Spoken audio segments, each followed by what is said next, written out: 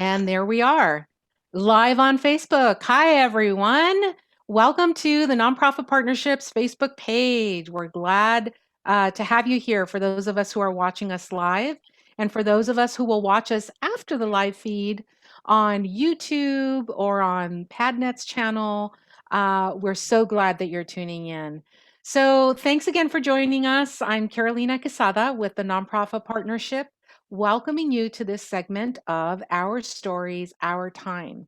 Now, in this series, we interview nonprofit leaders to understand how organizations are navigating through the challenges of these current times, and it allows us a glimpse into the issues and situations facing local communities.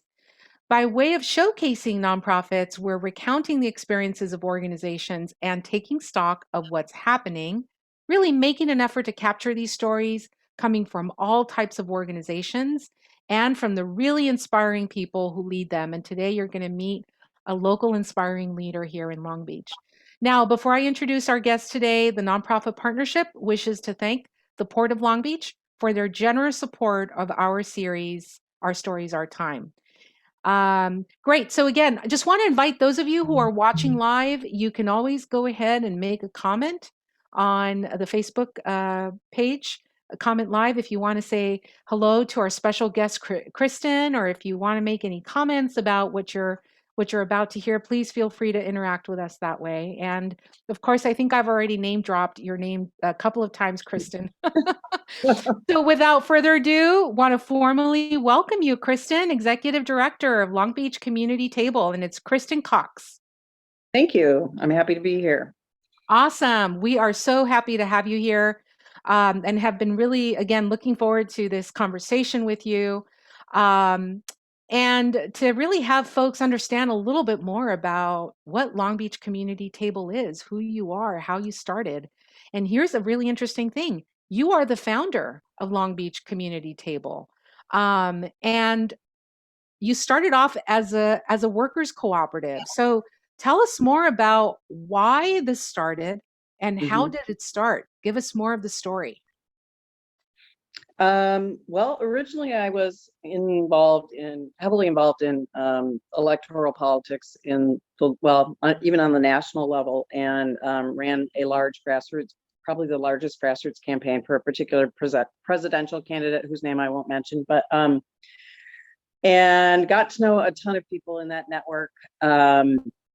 All over the country. And it was an exciting process, but also very frustrating because we felt like we weren't able to um, have a real impact on the local politicians or even the national politicians, even though it's a long story. But anyway, so we felt like we needed to start shifting our focus and our energy on things where we really could have an impact, like environmental racism and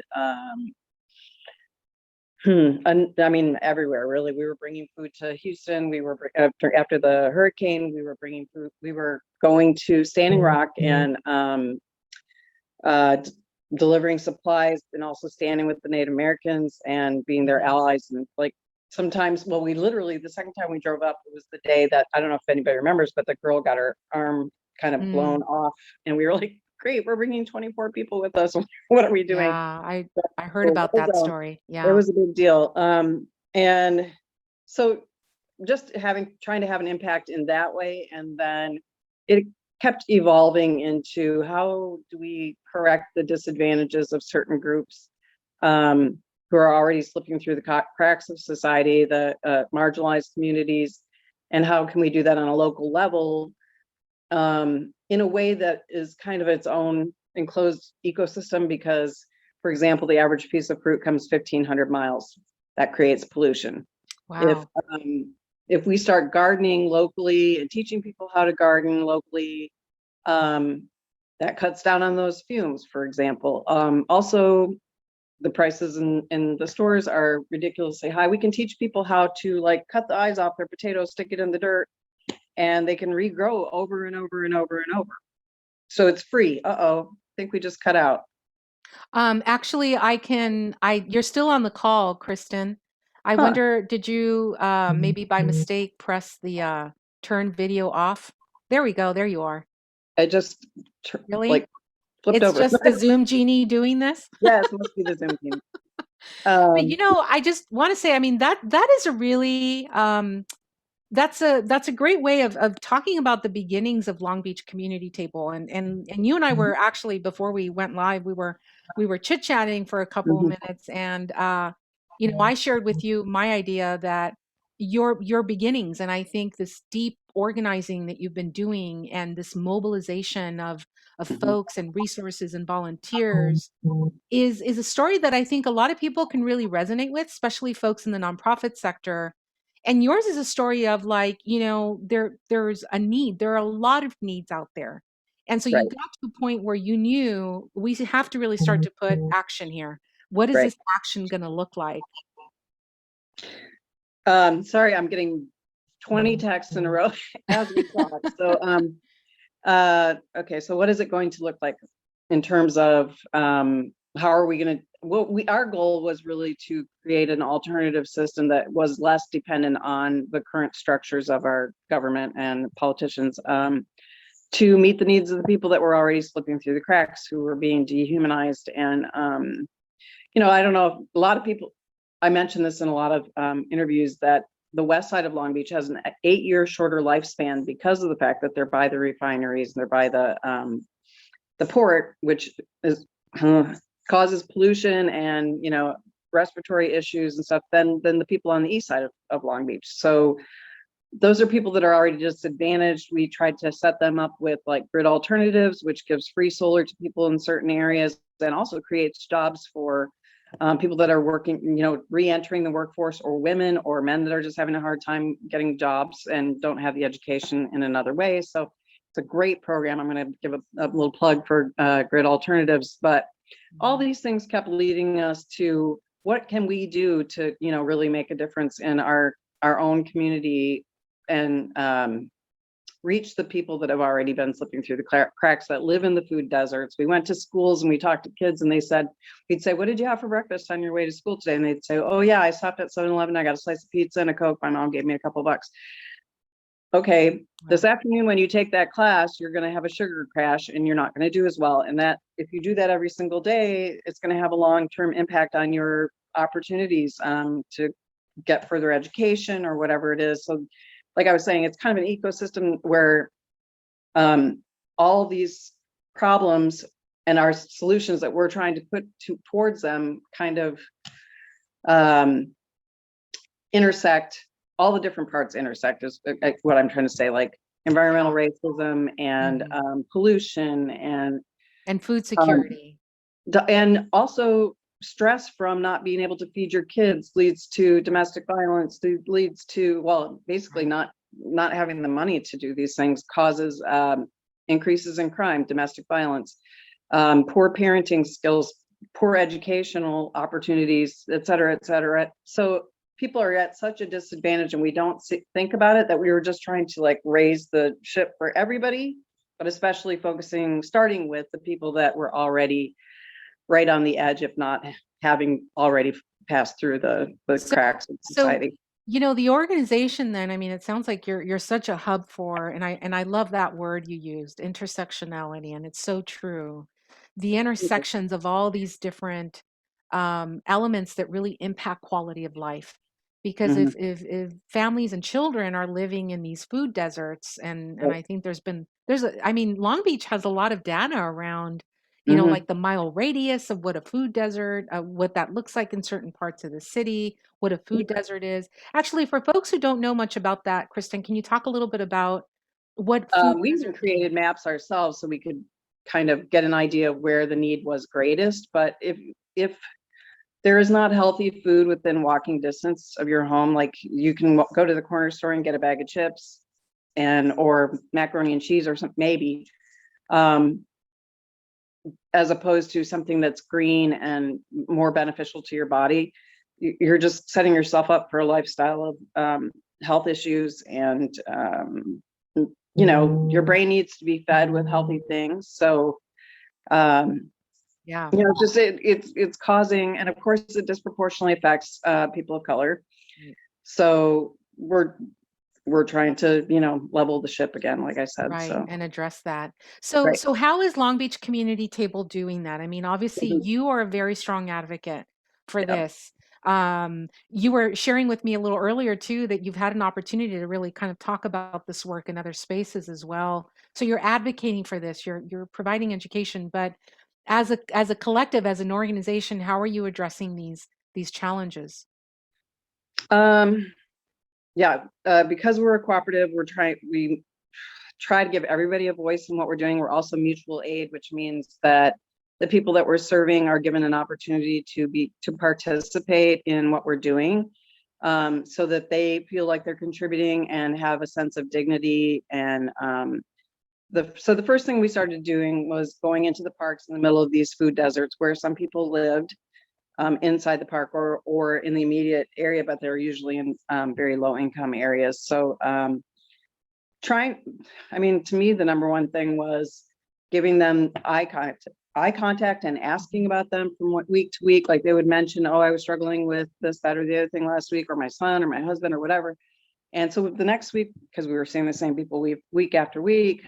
So what happened with that situation? How are you doing? And they were just so grateful to have somebody even acknowledge their presence and give them eye contact. And I even think that is bigger than the food aspect of It's it, an because acknowledgement. if you feel like you've slipped through and nobody cares, or they just consider you to be a nuisance, what does that do to your self-esteem? What does that do to your state of mind? And that's when I think a lot of people think that people are in the parks because they have mental health issues or substance abuse issues, and I personally believe that the majority of the time it's more likely that those mental health issues or substance abuse issues develop as a result of slipping through the cracks of society.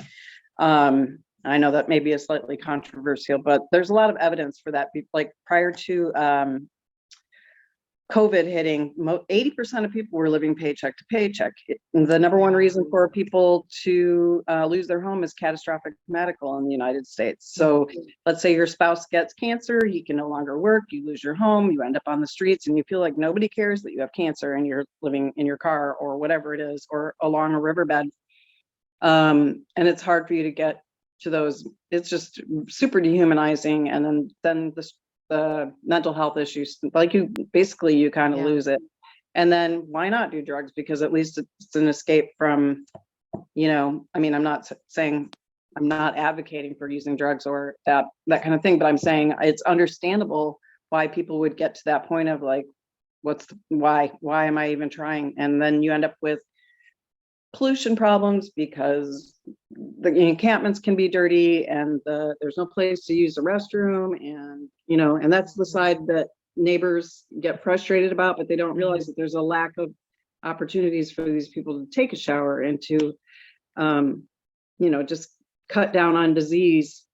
They don't want to Yeah. live in those kind of conditions, but then they don't want to pass it on to you either. So Well, um and you're describing a situation where things can easily spiral because there's already right, a lack of real security. So, and I think you're recounting a story, and thank you for sharing all that, because I'm sure that this is something that you're getting to know directly from the community members that you're serving. I mean, they're sharing these stories with you, you're getting to know them. right, And that's obviously, I mean, you're describing this interaction with people. You're connecting with them as human beings directly. You're not just there to, kind of distribute food or whatever help that you can provide to them at the moment, but there's a connection there.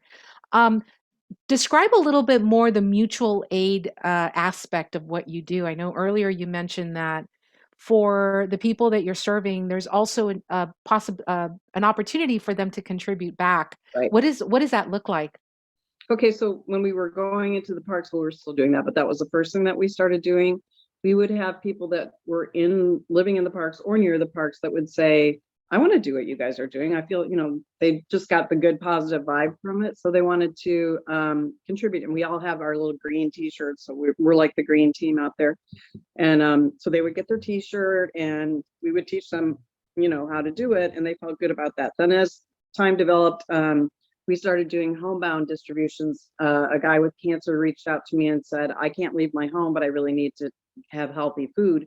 Can you bring me some? So I said, sure. As that went on, we started getting people that, like they were wheelchair. I'm going to give an example. I'm not going to say her name, Hmm. but a wheelchair bound person whose husband is a veteran and also has a lot of health issues. She wanted to do something so she wasn't just taking from us, and so she offered to run our database, data, like our data entry, basically. So anybody who signs up for any of our services, now they're on our mailing list, and she's the one that does all that work. She's been doing it for at least a year and a half now, maybe 2 years. Wow. But she just feels like, yay, I can do something that's Hmm. contributing, even though I can't leave my home or whatever it is. But so almost all of our volunteers come in, they take food with them when they leave, but they want to work for the food that they're taking, if you get what I'm saying. Yeah. Um, which just leads you to be in this environment that actually care about their community. They want to do something to help. They don't want to just take from the system or from, whatever. They want to be participating in the whole thing. So They're contributing back yeah, to exactly. this And that this gives them effort, a this sense of movement. dignity that they, Mm. and Hmm. that's a huge part of the whole deal for me Hmm. because, well, my background is a master's in psychology, and I wanted to do something that made people feel good about what they were doing as Hmm. well, and not just Hmm. not just have them leave feeling like, okay, I'm still one of the dregs of society or whatever, that I'm still taking and not giving back. So that's what mutual aid is about, is everybody's Yeah. helping each other. Same thing for a cooperative in a way, because everybody has roughly an equal say on what's been happening. Like we determine our course forward together, or that's the goal. It's been a little bit more of a challenge during COVID for us to meet and have those kinds of discussions, but we're hoping to be able to do that now that things are opening up a little bit more. Yeah, no, absolutely. And this is certainly one of the areas that we explore quite a bit is what has happened as a result of COVID. So I'm glad you brought that up a little bit, because the assumption is because of the work that you're doing, how you're interacting with community, that maybe the request and the need for your services has expanded. Tell us a little bit more about the kinds of changes that you've seen since the pandemic broke out.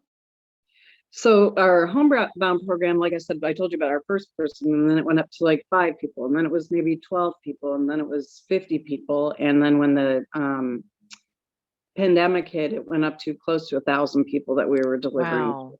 How Yeah, frequently, Kristen? Like once a week, monthly? once a week. Weekly? Wow. Every Sunday, we were delivering to about 1,000 people that were had sort of filled out an application, but only about things like, do you have a condition that keeps you from being able to leave your home? Are you over 65? Do you have immune system issues and that kind of thing? Um, so then, yeah, I mean, there were nights when my poor husband and That's I a were like, big volume. A yes, thousand a it was week. a huge jump. But I mean, it's 1,000 people. It was more like 420 locations or something like that. Okay. But still, so we would have 30 or 40 volunteers packing bags, and it's kind of evolved a bit. So we've got some packers and we have drivers, but anyway, they go out on Sundays, and now we've added another hub on Mondays, which is in downtown Long Beach, and it's focused on delivering to people in the immediate area. Yeah. And Kristen, I think you just went on mute. So you may want to Okay, unmute yourself if you sorry, can. can There, you hear we've me? got you back. Yes, we have you back. Sorry, another phone call. um so what was I saying? Oh, so we've extended to a second hub downtown Long Beach, and they are starting to do the deliveries in their immediate idea or area. Mm-hmm. And Mm-hmm. the reason behind that is we're trying to connect the people with their own communities. So you know what I'm Yep. saying? Yep. What's going on with the person up the street, and there's just more. The more connected people are, the more they take care of each other and care about each other and look out for each other, and that's really a big part of the goal. And Kristen, on that note, I mean, this is so interesting. First of all, wow, our hats off to you for just, really being able to make that jump. That's a lot. And I think one of the finer things to consider too are all the logistics and the coordination and the organization that goes behind an effort like that. there are different sites a week, several people to have to serve. Tell We us have something about. going, we have something going almost every day of the week right now. It sounds like it actually. You probably need more days during the week actually, just to kind of be That able would to be nice. help even make a dent in the need. But here's something that's come up in some of what you've shared, which is I think a point we should explore a little bit more, and that is you keep talking about the connection to people's own communities, and that's really important, right? To make sure that Mhm. folks that there are connections made to like the environment around them. And part of that, I would assume, are even like local resources. Do you partner Mhm. with others in the distribution? Are there other organizations or other resources that can come in and kind of help address some of the other needs? Absolutely. Well, because of COVID, we opened our pantry 4 days a week, and that meant that we needed to get more food sources. So I'm going to quick jump through my notes and see. Well, one of them is TNP, believe it or not. Um, Food Finders, Food Forward, so Southern California Food Bank, LA Regional Food Bank, Street Watch, various colleges and high schools, Best Start Central Long Beach Community Foundation, LBCEI, which is Long Beach Center for Economic Inclusion, multiple churches in the area. Um, and yeah, I mean, the list is actually much longer than that, but Yeah. everybody, they hear about us and they reach out to us and what can we do to help you guys? So, or vice versa, how can you help us? Like last week, we had a group of 10 churches in Bellflower that is also trying to help people. So we're becoming kind of a bit of a clearinghouse for food as well. So they're coming up and taking stuff in mass, and then they take it to their communities, more immediate communities. Um, does that answer your question? No, absolutely. It sure does. Thank you. I think it's good for folks watching these interviews to get a good sense of, oftentimes there's a lot of coordination that's happening behind the scenes. There's a lot of collaboration. Since we Absolutely. started uh, doing these interviews live on Facebook and online, we have Hmm. come to find out that, obviously organizations are really trying to find ways, actively looking to find ways to collaborate more. Where Hmm. I think, before the pandemic, it's not that, organizations are collaborative. The nonprofit sector is very collaborative, Yep. but the pandemic has really brought about a very unique opportunity to Hmm. really double up on some efforts. And I think that you're illustrating some really key points, especially given the needs of the different communities that you're serving. But I think something to really highlight, and earlier I was asking you, Kristen, talk about all the stuff that makes you so unique. Well, there's a lot of things that make you very unique, Kristen, but certainly one of those is that connection to community as well, and just sort of the local community and the local built environment. And earlier you were describing how part of what you want to do is help people understand like their connection to food and like growing that even Yep. locally. Tell us a little bit more about what you've been seeing in that area. Well, at the same time that we started doing the bus program, we started building one garden a month in people's backyards. And that was to actually, a friend of mine suggested that she could use her backyard. Well, then we kind of took off with that, and it became once a month that we were building gardens.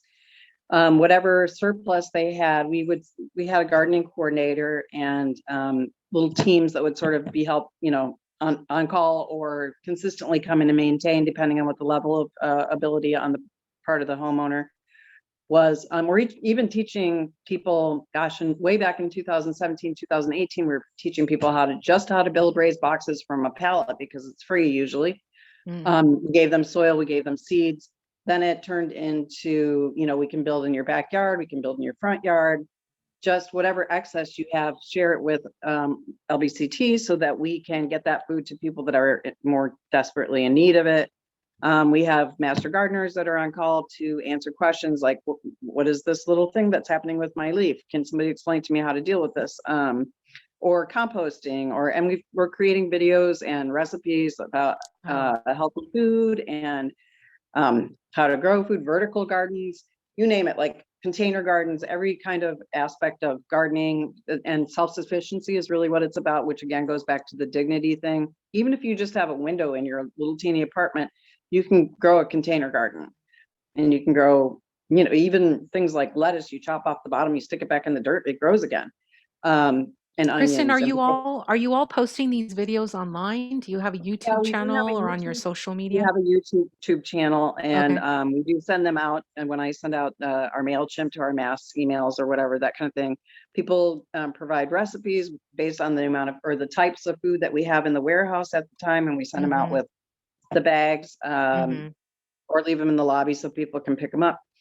Um, So the key is we to do- get on your master list. yeah, And could you share that email address because I sure. think folks who are Yeah. watching this may want to make sure they're connecting to you. What is that email address? My main email address is lbcommunitytable@gmail.com. We're on Facebook, we're on Twitter, we're on Instagram, we're on TikTok. Um, if you're interested in volunteering, it's lbctvolunteers@gmail.com. If you're interested in gardens, it's lbctgardens@gmail.com. Like if you want to help maintain or host a garden, we have something called crop swaps, which let's say you grow tomatoes and I grow oranges and we want some of the other, we get together and swap them. And also it's a place of kind of learning a little Mm. bit more about gardening and that kind of thing, and creating community. And then if you need to be in the LBCT Homebound program, you can email lbcthomebound@gmail.com. Hope that. Awesome. And that's LB as in Long Beach. And at the end of this video, actually, we're going to have all that contact information. So please be on the lookout for it. Now, as they always say, Kristen, when you're having fun, time flies. Can you believe we're almost at time? Yeah, I wasn't And expecting that, I but know, right? But I mean, this has been so interesting. From the moment we started this interview, there's been a lot of information to share and I think unpack. And honestly, we could do at least another 30 minutes just on I think Long you're right. Beach Community Table alone. Yeah. Um, but we do have just a couple of minutes left here on our call today. So one of the things we're always curious to know from leaders like you is, we're all actively looking at recovery, Mm, pandemic recovery, and kind of bring opening things up again. In many mm, ways, businesses and institutions have been reopening in a very cautious and conservative way. But as we do come back to the usual places we used to go to, and I think try to assume some of the older patterns of our work life and how we communicate and interact with each other, what are some of those things that you would really like to see um, for the community you serve as we are looking at ways to come back and to really mitigate the impact of the pandemic? What do you want to see for the community you serve? well, one of the things I'm concerned about is that with the eviction moratorium ending at some point, probably in late June, from what I understand currently, is that the number of homeless is actually going to go up significantly, I expect.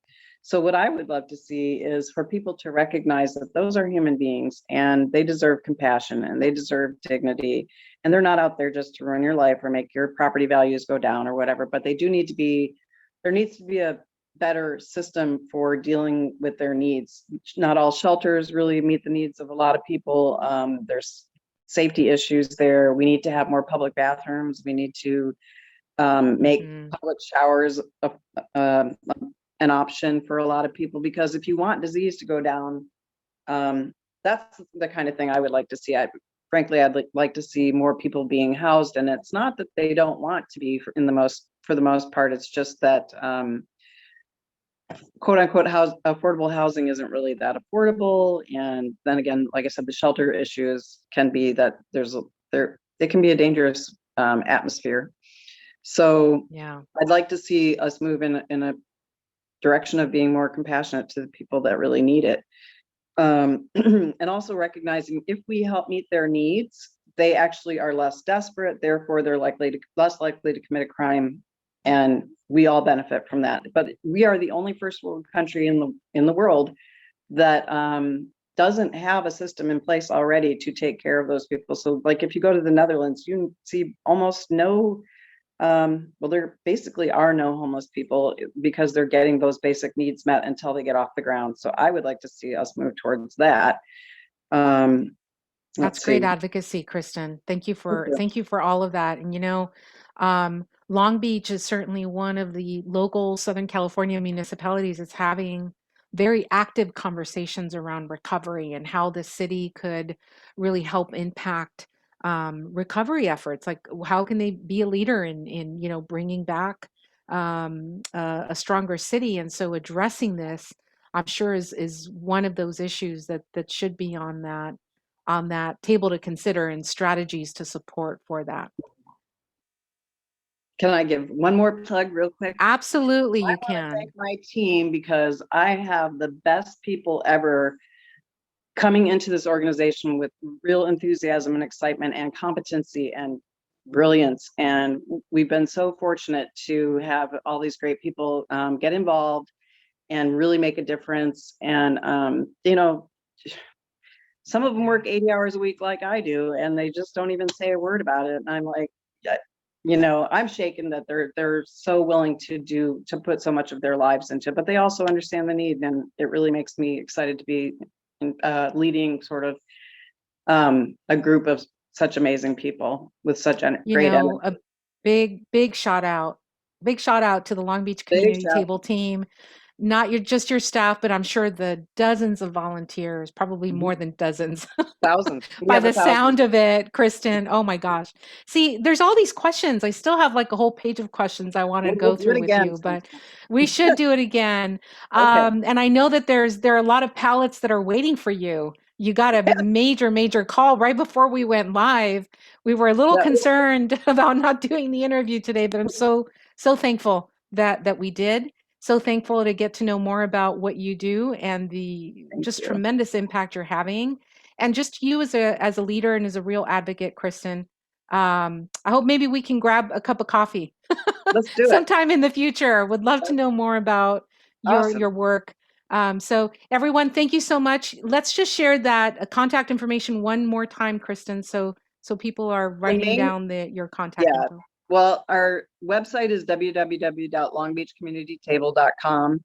The main email address, which is also listed on there, is lbcommunitytable@gmail.com. And from there, I can direct you to whoever else if you're interested in volunteering or gardening or being involved in the crop swap, or if you need homebound assistance or you want to help with homebound assistance, just let us know and we'll connect you to the right people because we have a great team that will help you. Yes, absolutely. Kristen, thanks so much for your time. Again, Long Beach Community Table. Thank you. And thanks everyone for watching. Please reach Thanks, out to them. Carolina. Bye. All right. Have a good day.